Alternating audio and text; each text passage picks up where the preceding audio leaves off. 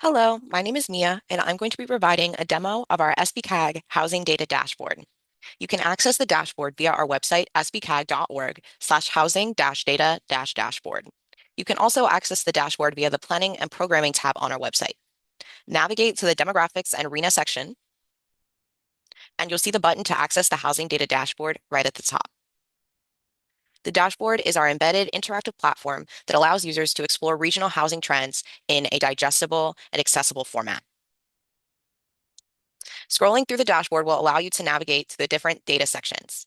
We have 9 distinct sections described briefly here, and you can navigate through the different sections using the sitemap here and at the top of the dashboard.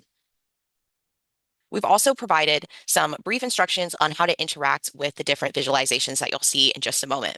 We've included filters, ways to navigate through different geographic views, ways to interact with the charts, and ways to download the data for your own analysis if you so choose.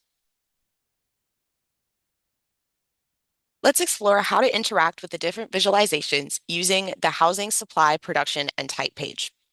You'll notice most pages are laid out pretty similarly, with the title at the top and source information right below. This page details entitlements, building permits, and certificates of occupancy by year.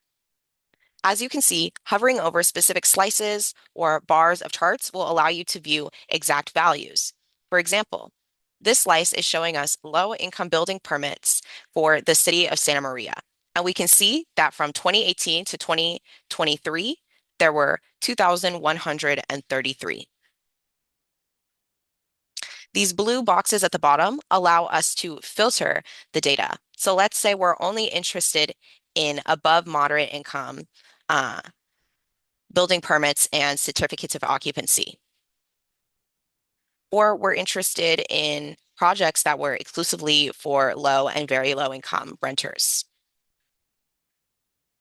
You can clear filters using these little erasers or clicking the clear filter button.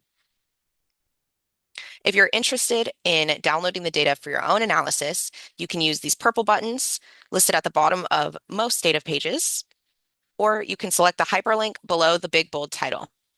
This will prompt a download of our Excel sheets, including detailed source information and the raw data underneath the visualizations. Let's explore a couple more of the interactive features you can find on this dashboard. These little eyes or info bubbles that you'll find throughout several of the data pages allow you to view additional information as pertaining to the visualizations on your screen. This could be spelling out acronyms or providing additional information or context on the data and its sources. On many of the data pages, you'll see these dark blue boxes at the top as well.